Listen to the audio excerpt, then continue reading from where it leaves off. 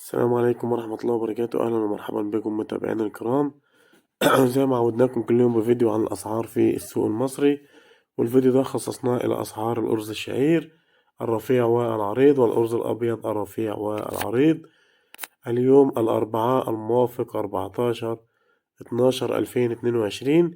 قبل ما نبدأ ونتكلم في الأسعار بدعوكم إلى الاشتراك في القناة وتفعيل زر الجرس وعمل لايك أو إعجاب على الفيديو عشان يوصل لغيرك والكل يستفيد ويعرف السوق ماشي ازاي. وما تنسوش تكتبوا لنا في التعليقات أسعار التنفيذ في المكان اللي انتوا فيه، زي الأسعار اللي هقولها لحضراتكم دلوقتي ولا بتختلف من مكان إلى آخر. يلا بينا نبدأ أسعار اليوم. الشعير الرفيع وصل إلى المضرب. يتراوح سعر الطن الشعير الرفيع وصل إلى المضرب من 10,400 إلى 10,600 وصال إلى أرض المضرب.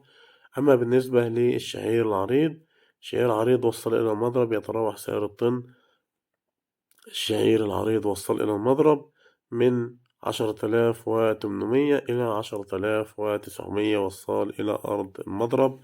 أما بالنسبة لأسعار الأرز الأبيض مقارنة بأسعار الشعير، أرز أبيض رفيع كسر من 8 ل10%، بضاعة زيت وبخار وستريتكس بضاعة أعلى جودة.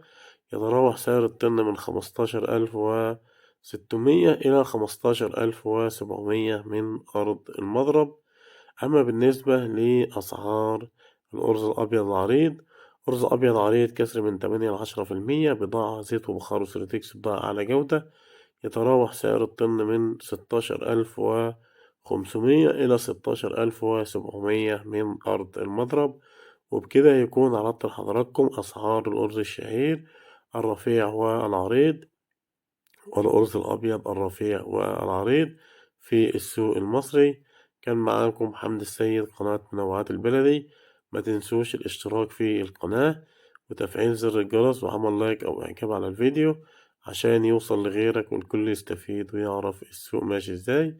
واستأذنكم تكتبوا لنا في التعليقات أسعار التنفيذ في المكان أو المحافظة اللي انت فيها، زي اللي قلت لحضراتكم دلوقتي ولا بتختلف من مكان إلى آخر. دمتم في حفظ الله ورعايته. السلام عليكم ورحمة الله وبركاته.